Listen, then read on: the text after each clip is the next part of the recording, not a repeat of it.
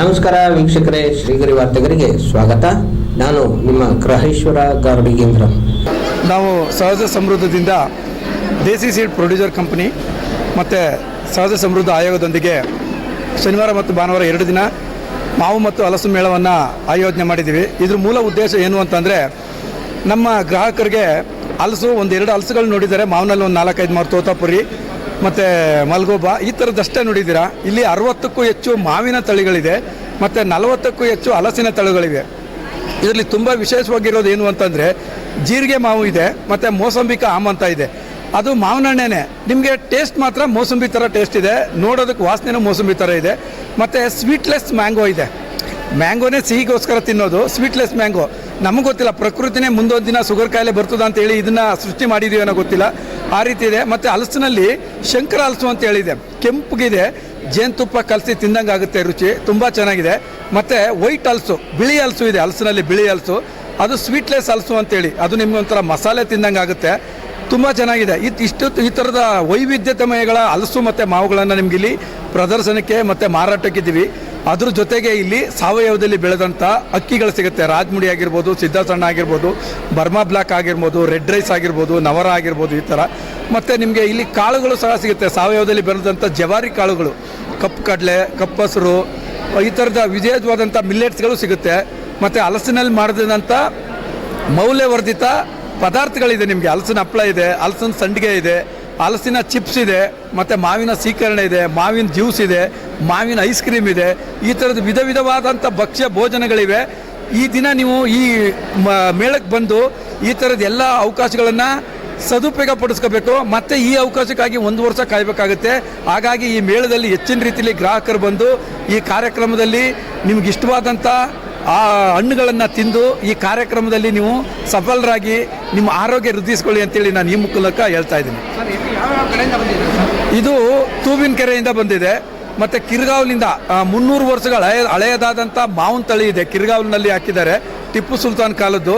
ಮತ್ತು ಚೇಳೂರು ಹಲಸಿದೆ, ಮತ್ತು ರುದ್ರಾಕ್ಷಿ ಹಲಸು ಇದೆ, ನೆಲಮಂಗಲದಿಂದ ಬಂದಿದೆ. ಮತ್ತು ಯಾವುದು ಚಿತ್ರದುರ್ಗದಿಂದ ಬಂದಿದೆ, ಚಿಕ್ಕಮಂಗ್ಳೂರಿಂದ ಬಂದಿದೆ. ಈ ಥರದ ಹಲವಾರು ಕರ್ನಾಟಕದ ಭಾಗಗಳಿಂದ ವಿಶೇಷವಾದಂಥ ತಳಿಗಳು ಎಲ್ಲೆಲ್ಲಿ ಸಿಕ್ಕಿದೆ ಆ ತಳಿಗಳನ್ನ ತಂದು ಇಲ್ಲಿ ಪ್ರದರ್ಶನಕ್ಕೆ ಮತ್ತು ನಿಮಗೆ ತಿನ್ನೋದಕ್ಕೂ ಸಹ ಸಿಗ್ತಾ ಇದೆ. ಜನ ಬರ್ತಾ ಇದ್ದಾರೆ ಸರ್. ನಮಗೆ ನಾವು ಯಾವುದೇ ಮೇಳಗಳು ಮಾಡಿದ್ರು ಮೈಸೂರಿನಲ್ಲಿ ನಮಗೆ ಗ್ರಾಹಕರು ಮೋಸ ಮಾಡಲ್ಲ, ಮತ್ತು ಮೈಸೂರು ಗ್ರಾಹಕರು ನಮ್ಮ ಯಾವುದೇ ಮೇಳಗಳನ್ನು ಕೈ ಹಿಡಿತಾರೆ ಅನ್ನೋ ನಂಬಿಕೆ ಇದೆ. ಆ ಗ್ರಾಹಕರಿಗೆ ಏನು ಬೇಕು ಅದನ್ನು ಸದುಪಯೋಗವಾಗಲಿ ಅನ್ನೋ ರೀತಿ ಅವ್ರಿಗೆ ಕೊಡಿಸೋ ಜವಾಬ್ದಾರಿನೂ ನಾವು ಮಾಡ್ತಾ ಇದ್ದೀವಿ. ಜನಗಳು ಚೆನ್ನಾಗಿ ಬರ್ತಾ ಇದ್ದಾರೆ ಸರ್, ಒಳ್ಳೆ ರೆಸ್ಪಾನ್ಸ್ ಇದೆ. ಶ್ರೀನಿವಾಸ ಮೂರ್ತಿ, ಸಿದ್ದನುಂಡಿ, ಟಿ ನರಸೀಪುರ ತಾಲೂಕು. ಇವತ್ತು ಮೈಸೂರಿನ ನಂದರಾದ ಚೌಟ್ರಿಯಲ್ಲಿ ಮಾವು ಮತ್ತು ಹಲಸಿನ ಒಂದು ವಸ್ತು ಪ್ರದರ್ಶನ ಇತ್ತು. ಇದಕ್ಕೆ ನಾವು ದಂಪತಿಗಳ ಸಮೇತವಾಗಿ ಮಗನ ಕರ್ಕೊಂಡು ಬಂದು ಇಲ್ಲಿ ಬಂದಿರೋವಂಥ ಒಂದು ಹಲಸೆ ಆಗಲಿ ಮಾವಿನೆಣ್ಣೆ ಆಗಲಿ ತುಂಬ ಚೆನ್ನಾಗಿದೆ.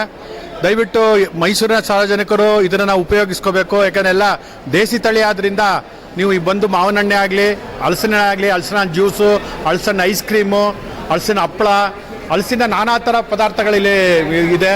ಪ್ರತಿಯೊಬ್ಬರು ಸಹ ಭೇಟಿ ಕೊಟ್ಟು ಇದರ ರುಚಿ ನೋಡಬೇಕು. ನಾವು ಸಹ ಈಗ ಜ್ಯೂಸ್ ಕುಡ್ದು, ಐಸ್ ಕ್ರೀಮ್ ತಿಂದು, ಹಲಸಿನ ಹಪ್ಪಳ ತಿಂದು, ಮತ್ತು ಹಲಸಿನ ತೊಗೊಂಡಿದ್ದೀವಿ. ಈಗ ತುಂಬ ಚೆನ್ನಾಗಿ ರೇಟು ಸಹ ಕಮ್ಮಿ ಇದೆ.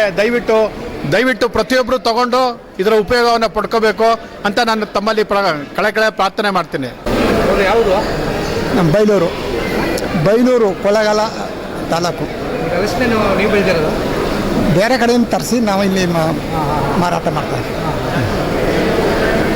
ಹೆಂಗಿದೆ ಎಲ್ಲ ಸಂತೆಗೆ ಸೂಪರಾಗಿ ನಡ್ತೀವಿ.